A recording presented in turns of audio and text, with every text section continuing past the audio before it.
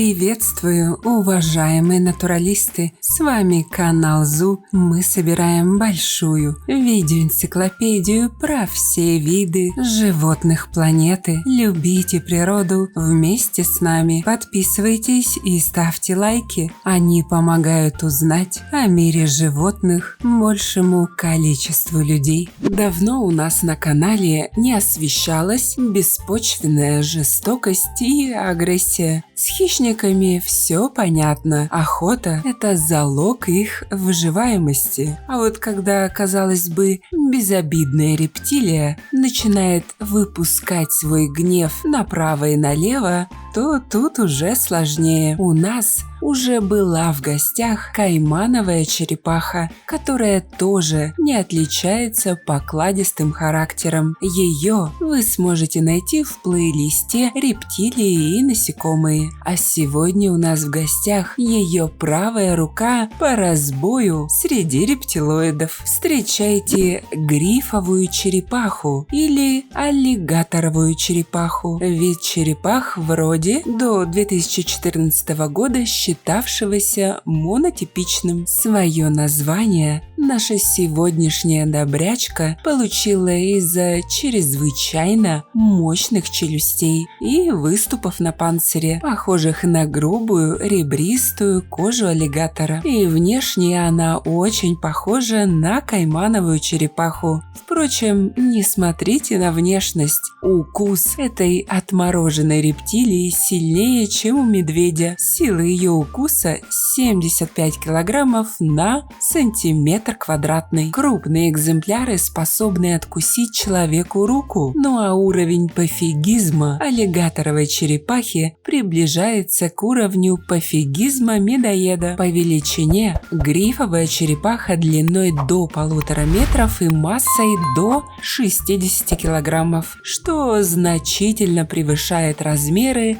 каймановой черепахи. По неподтвержденным данным, в 1937 году в Канзасе была поймана грифовая черепаха весом аж 183 килограмма. У этого рептилоидного бронетранспортера очень большая массивная голова, края челюстей очень острые, верхняя челюсть загнута длинным крючковатым клювом, как у настоящего грифа. Глаза окаймлены кольцами из крупных клиновидных чешуек, поэтому кажутся больше, чем на самом деле. Шея покрыта рядами мягких кожистых выростов, издалека похожих на шипы. Роговые щитки широкого овального панциря образуют на спине 3 продольных гребня, которые выполняют в воде функции киля. Аллигаторша вооружена крепкими и острыми когтями, а пальцы соединены плавательной перепонкой. Длинный хвост тоже покрыт чешуйчатыми щитками. С таким обмундированием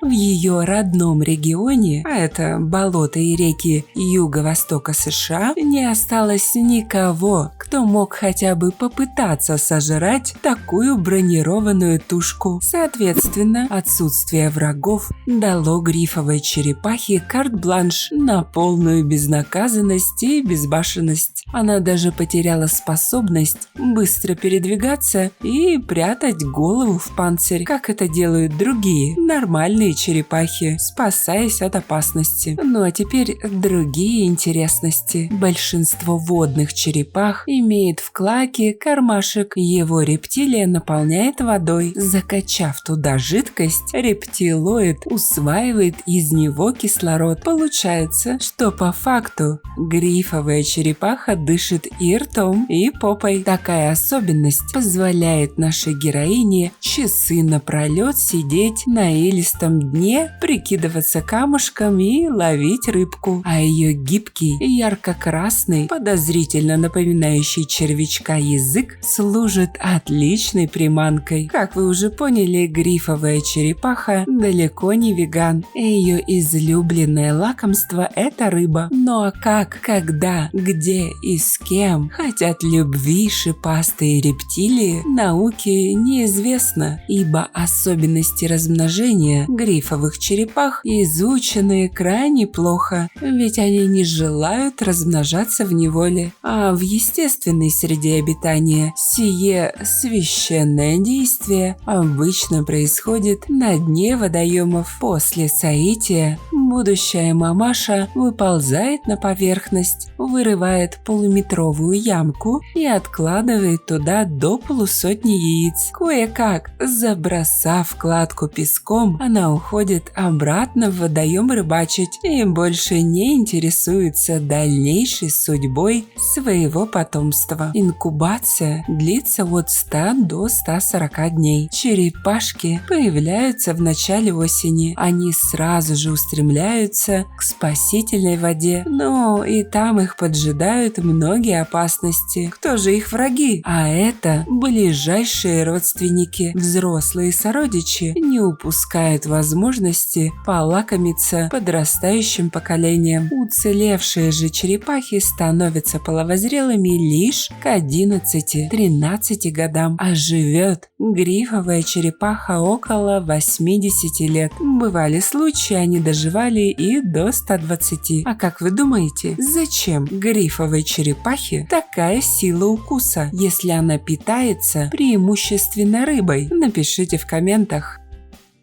Становитесь спонсорами проекта всего за 99 рублей в месяц. Этим вы поможете популяризировать зоологию, что очень важно в современном мире. Также обращаю ваше внимание на то, что у нас появились дизайнерские брендовые футболки от канала. Приобрести их можно по ссылкам в описании к видео. Спасибо, что посмотрели этот ролик. Не забывайте ставить лайки, писать комментарии о том, какого бы животного вы хотели бы увидеть в следующем видео и делиться этим видео с друзьями. Это очень помогает развитию нашего небольшого сообщества. Подписывайтесь на наши паблики по ссылкам в описании к видео. Там много интересного. С вами был канал о животных ЗУ. Мы собираем большую видеоэнциклопедию про все виды животных планеты. Любите природу вместе с нами. До скорых встреч!